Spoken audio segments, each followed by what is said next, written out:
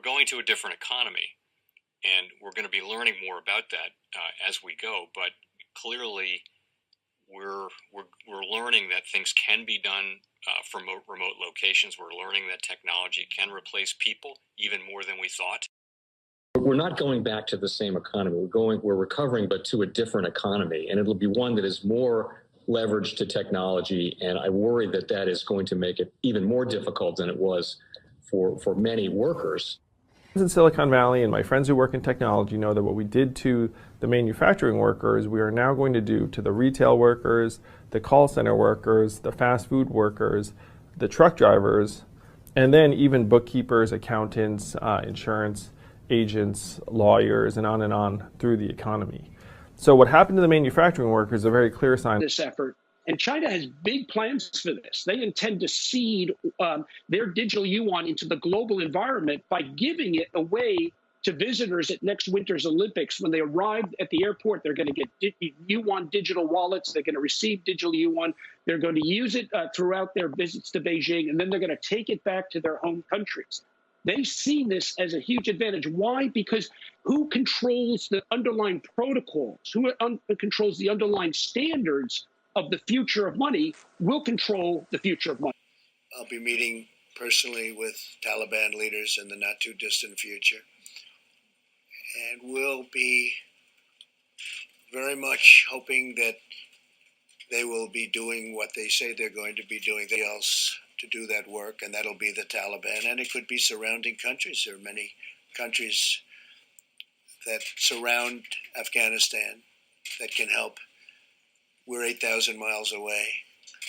So we'll be bringing it down to 8,000 to approximately 8,600 in that vicinity.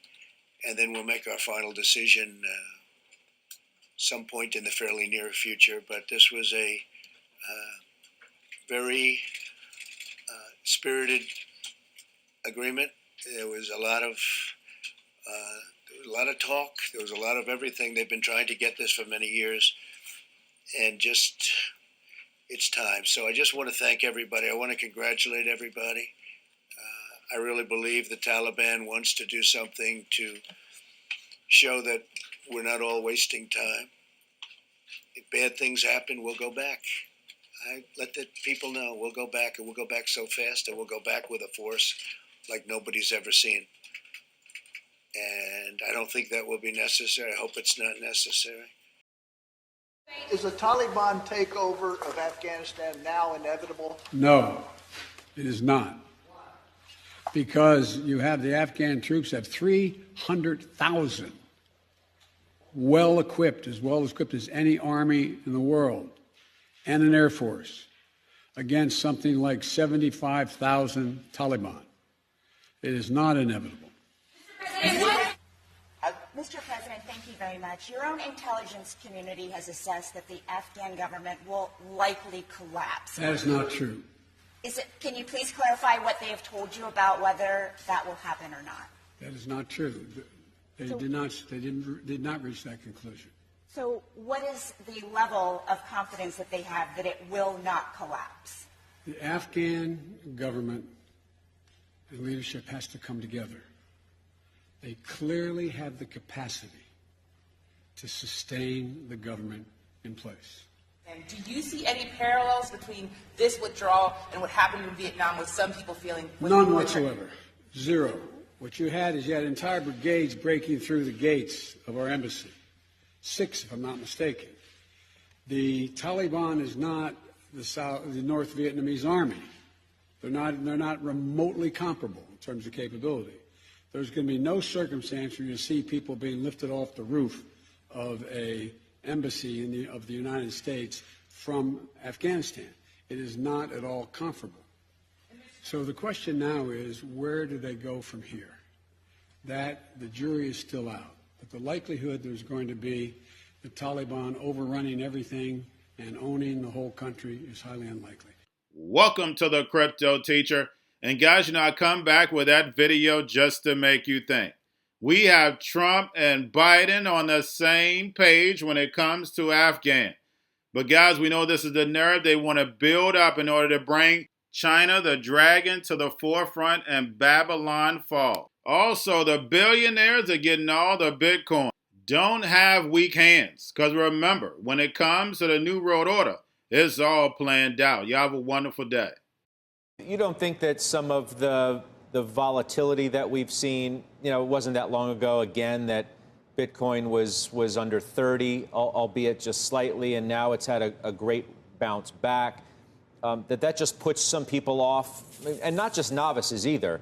There are a lot of longtime pros in the same ilk of some of the names that you've mentioned who are negative on crypto, and one of the reasons is because of the extreme volatility, among others. It's not, everybody who has been on Wall Street for a long time is not on the same side of the boat on this issue.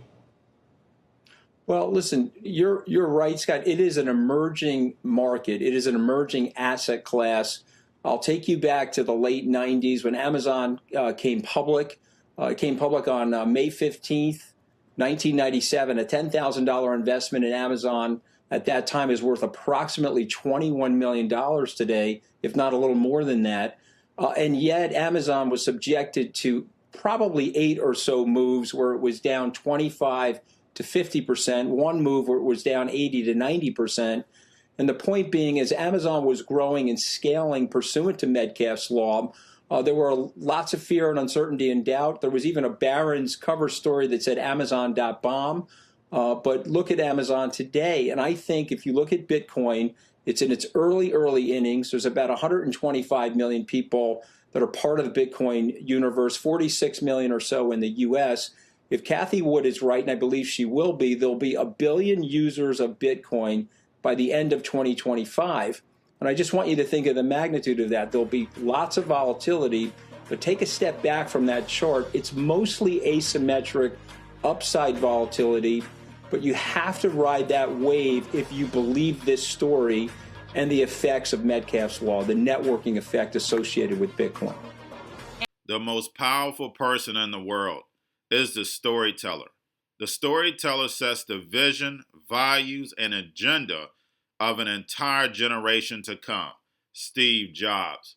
And guys, I truly believe in this. When you look at the New World Order, they're the storytellers. And that's the reason why I wrote my New World Order book. But guys, now it's time to change the current generation. And I wrote 3 kids' books. I love the Trinity because I understand the power that's in it. So I have 3 books. We have an opportunity to change the generation, to educate, not just me, but I want to show you that I take action on a daily basis. And I want you to take action on a daily basis.